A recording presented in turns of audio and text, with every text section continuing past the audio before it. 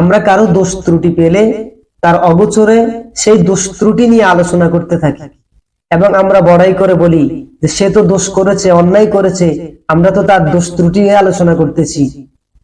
অথচ রাসূলুল্লাহ সাল্লাল্লাহু আলাইহি ওয়াসাল্লাম একদিন সাহাবীদেরকে বললেন, হে আমার সাহাবীরা, তোমরা কি জানো গীবত কি?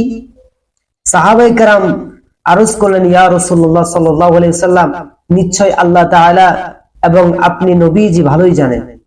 তখন নবী করিম সাল্লাল্লাহু আলাইহি ওয়াসাল্লাম বলেন, নিশ্চয় এক মুসলমান অন্য মুসলমানের অনুপস্থিতিতে এমন কথা বলা যে কথাই তার অপর ভাই কষ্ট পায়, এটাই হচ্ছে গীবত। তখন এক সাহাবী আরজ করলেন, ইয়া রাসূলুল্লাহ সাল্লাল্লাহু আলাইহি ওয়াসাল্লাম, আমি যদি তার এমন দোষ নিয়ে আলোচনা করি যে দোষটা তার মধ্যে বিদ্যমান, তারপরও কি গীবত হবে?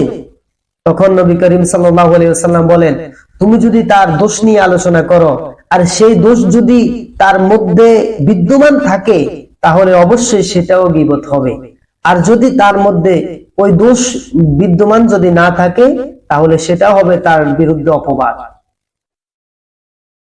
অথচ আমরা যেখানে সেখানে একে অপরকে নিয়ে, একে অপরের বিষয় নিয়ে আমরা দোষ ত্রুটি নিয়ে আমরা সমালোচনার মধ্যে লিপ্ত হয়ে যাই।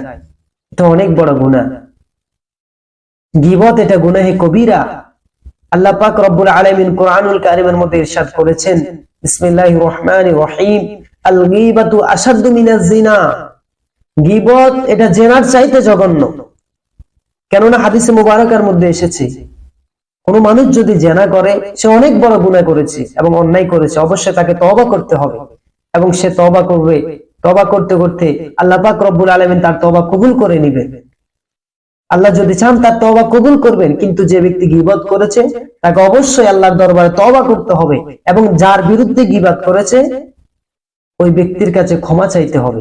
হাদিসে মুবারকায় এভাবে এসেছে, রাসূল সাল্লাল্লাহু আলাইহি ওয়াসাল্লাম বলেন, গীবতের কাফফারা হচ্ছে সে যার নামে গীবত করবে ওই ব্যক্তির কাছে সে ক্ষমা চাইবে, ওই ব্যক্তির কাছে তার দোষ ত্রুটির স্বীকার করবে।